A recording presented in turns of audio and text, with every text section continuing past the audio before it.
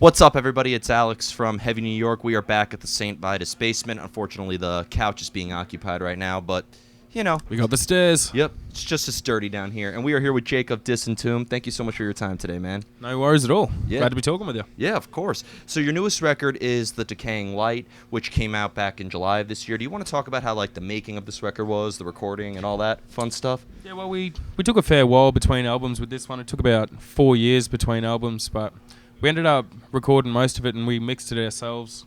So it was all a pretty in-house thing, and we just wanted to take the time to fine-tune the songs once we wrote them and stuff like that. So we were happy with the end product, even though it did take a long time. But that being said, while we were writing the album, we were still touring the entire time and trying to keep as busy as possible. So, but we're all stoked with how the albums came out and the reception that we've gotten to it so far. Yeah.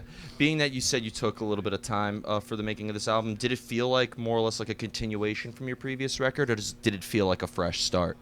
No, I think between all our albums you can hear like a natural progression within the music. I think every album we just kind of have a more clear vision of what we want to write. So, no, I think it's more of a natural progression for sure. Mm-hmm. Being that it took a while, did the songs change a lot in the course of writing them and all that stuff? Definitely, from how they first start, they don't usually end up sounding like that at the end. But I think with the next album, it'll be a lot quicker in between. We have even more of a clear vision of the type of stuff we want to write now. So interesting.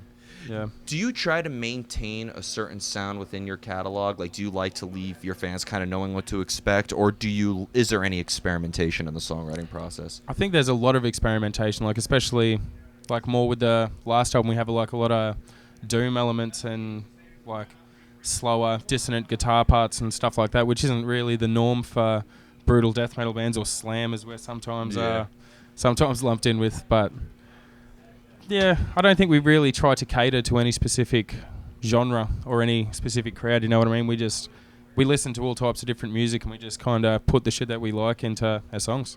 Mm-hmm. When it comes to being the guitarist, does the idea for riffs or chord progressions or anything like that, does the idea or inspiration come spontaneously, or do you have to put yourself in a certain setting or atmosphere in order to get in songwriting mode? Yeah, I only can really get into writing mode at home. I live by myself at home, and that's really the only place where I can just get super in the zone to write riffs. Because usually when I have a riff idea, have an idea of what could come next and what it could build to and stuff like that. So I have definitely a pretty specific kind of writing process. Yeah. Yeah. I mean, isolation seems to be the greatest That's fuel for any heavy music. So I think That's you hit right. the nail on the head there. Yeah. Is there a theoretical element that you have behind guitar riffing and soloing? I have to work off of this chord progression and this scale mode, or is it very improvised? Yeah, it's all improvised. I don't know any music theory or anything like that. I just learned how to play guitar off YouTube, basically. So I just kind of play whatever sounds good. Yeah. But I find myself doing a lot more chord stuff now and just things to make it more musical, if you know what I mean. Mm-hmm.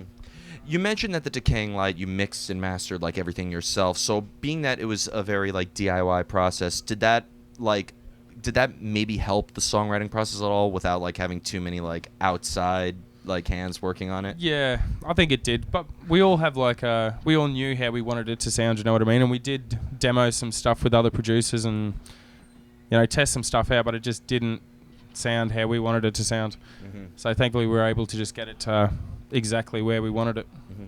When it comes to executing your material live, do you try to execute it exactly how people are hearing it on the album note for note, or do you try to maybe change things up a little bit, kind of make the live experience different for your fans than just listening to you? Nah, I always try to keep it the same. I definitely keep that in mind with writing as well. I never want to write something that we couldn't play live, you know what I mean? So all our songs, I think they're meant to be live songs in a way, you know what I mean? Mm-hmm. So I always try to get it on point. Yeah.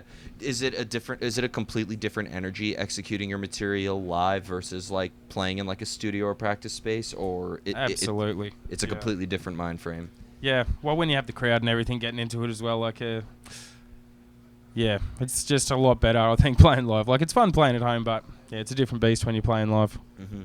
Now, being that you guys are from Australia, I mean, I've interviewed quite a bit. Thy Art Is Murder, Yeah. Parkway Drives from there, Neil Blittiscaris, Yeah, there's a King, ton of great yeah, bands. King Parrot. Like, is there a scene in the area of Australia in which you like came from, or was it like getting out of Australia that like that's how you got your name out there? I think, well, there are a ton of good bands in Australia, but it's only the ones that really break out into overseas are the ones that get noticed, you know what I mean? Mm-hmm. So I think it's always a goal for Australian bands to end up touring outside of Australia and get a name for themselves outside, but Yeah. yeah. Because I forgot where in specifically. Brisbane. Brisbane. So like you have Brisbane, Sydney, Melbourne, but like Yeah. I'd imagine because it's like a continent or country that like it's kind of like isolated. It is. Yeah. So like, does that make it? Do you think you have like a bit of an extra obstacle like breaking out of there? I think so, just because we're so far away and it's just become so expensive to tour, you know what I mean? Like, anywhere you go and you're going to be paying a lot to get there. So it needs to be like a full tour that you do. You can't just fly overseas to play 1 or 2 shows. Yeah. So it's always like a big deal for Australian bands to get out. But that being said, at the same time, I think that's being so isolated is why we have so much like unique music down there. Yeah. Like we don't have as many outside influences, so people are just into whatever they're into. Yeah. Like we don't have any trends or anything to follow, really. Yeah, because I've mentioned like a lot of those bands, but like Neil Blittiscaris sounds different from King Parrot, which sounds different from Thy Art. Which Yeah, exactly. So I feel like there's no like here in New York it's the hardcore scene, Seattle's Yeah. grunge, LA is glam. So like Yeah. I feel like there's no real movement that came out of Australia. It's just a bunch of bands. Yeah, that's right. Yeah. Now I have 2 more questions for you. We'll get the hardest question out of the way. Let's do it. How do you know when a song is done? Man, that is a toughie. I don't think you ever really know. Well, for me, because I could just keep changing a song forever. But it gets to a point where you're not really making it better. You're just making it different. You know what I mean? Yeah. So I guess once you feel satisfied with it, just move on to the next song and just bank it. You know what I mean? Don't keep focusing on it. You don't like to overthink it too much, right? No, I try not to, because usually if you think something sounds good the first time, it sounds good, you know what I mean? You need to trust your own judgment a little bit, I think. Yeah. And before we go, just the usual, is there anything else you would like to promote? Being that the Decaying Light came out this year, I'd imagine we'll be seeing you on the road quite a bit. That's it. We're going to be touring a bunch as much as possible to as many countries as possible, so hope to see as many people out there as we can. Come over beer. Awesome. Hell yeah. And shots. Don't forget the shots. Oh, and the shots. Never Yeah. forget the shots. Exactly. Everybody, we are here with Jake of Disentomb. Be sure to pick up the Decaying Light if you haven't already. This is Alex from Heavy New York, and we will see you next time.